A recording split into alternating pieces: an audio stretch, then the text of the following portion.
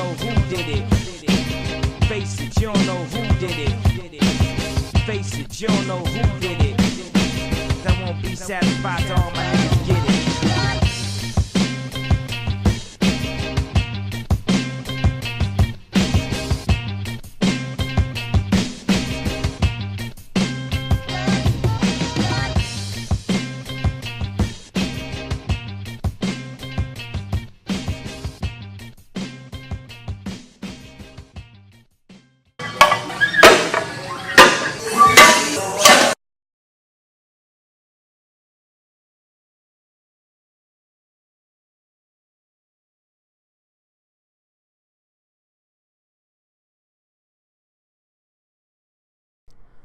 What's up, nerds? Welcome back to the channel and to another episode of Habits.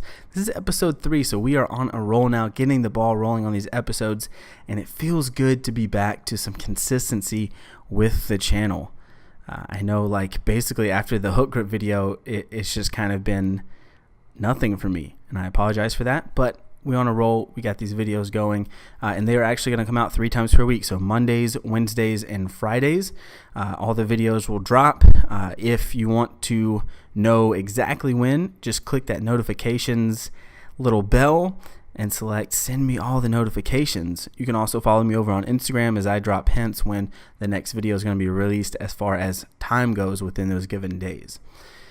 But moving on, if you guys didn't know, I squat low bar in competition, and these squats that we're watching right now are high bar, and for the last couple of training cycles, high bars actually felt a ton better than low bar, and I don't know the reasoning for that, but it does feel a ton better. I think it's just because I can control my torso a little bit more, and so I've been talking with Joe about making the transition, making the switch, and making high bar my competition lift. And the one thing that he brought up, because like there are a bunch of positives that come with high bar for me, and that is, one, I can control my torso more, but the one negative he said is, dude, if your form ever breaks down, it's basically lights out. It's game over. There's no way you will hold up under that load, because that's just kind of how high bar is, and I completely agree. But we are thinking about making the transition. So one really quick thing that I wanted to mention before I stop squatting is that one of the biggest things that I think about when I'm squatting is my breathing and bracing. It is, I think, the most underrated thing that most often overlooked thing by lifters is, you know, they're just trying to get these sets done. They got a bunch of reps. They don't want to do a full brace every single time, and I think that costs them a lot in their training. So again, full big breath, get your correct bracing on, and pop out your reps. If that means you breathe a little bit heavier during the sets, so what?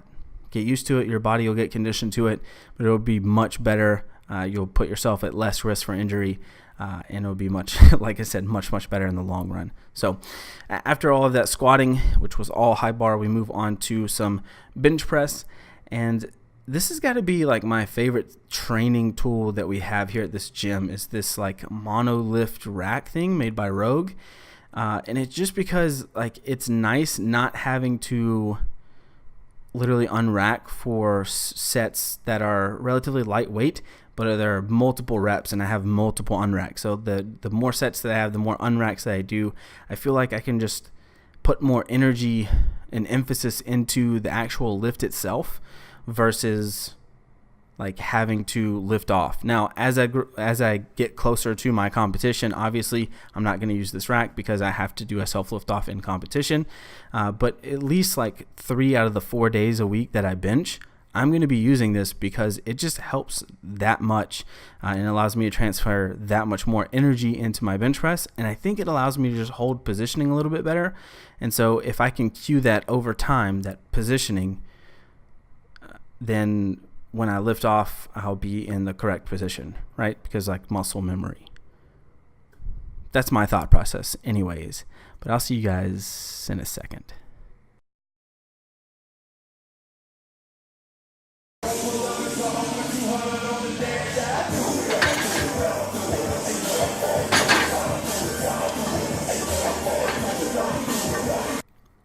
The pin press. Now, Joe and I have put this into the program not to fix a weak point, because weak points cannot be fixed per se.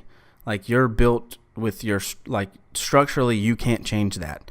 Okay, how you're built is how you're built. If you got long arms, you're a good deadlifter, you're a sucky bench.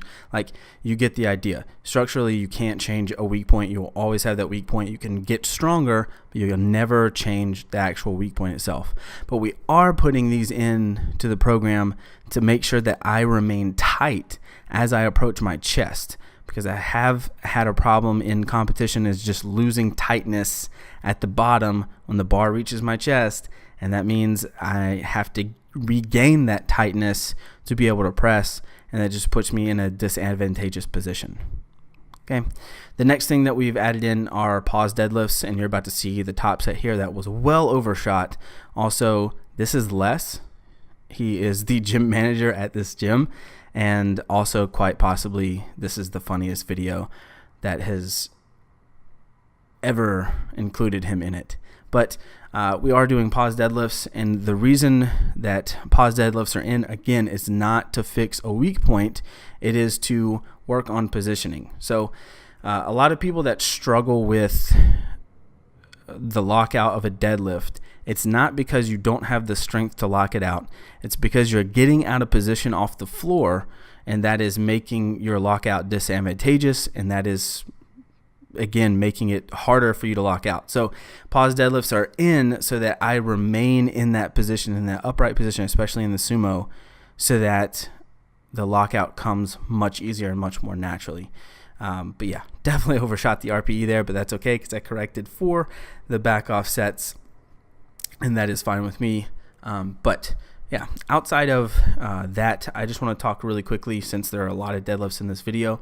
One of my biggest tips for sumo, and I see this way more often than it should, is that people drive their knees forward in the sumo deadlift, and that is the complete opposite of what you actually want to do. So you can see it here really well, is that I drive my knees outward and not forward, and that is kind of what we want. Because if you think about it, if you are driving your knees forward, your hips are being pushed further behind you, right? As your knees drive forward, your hips get pushed further behind you. But if I drive my knees out, that allows my hips to sink literally straight down, keeps my hips a little bit more under me, and this allows me to have a more upright position. The more upright position you have in sumo, the easier time you have at, like, 1, pulling it off the floor, 2, locking it out, and 3, just having an overall beautiful, beautiful technique when it comes to your sumo deadlift. So that is my one greatest, biggest tip to all of you out there that pull sumo. Drive your knees out, quit driving them forward, and I promise you. Now, like, this might feel weird at first, but I promise you it's going to lead to some hella gains. But all right, that's it for me. Peace out. We'll see you next week.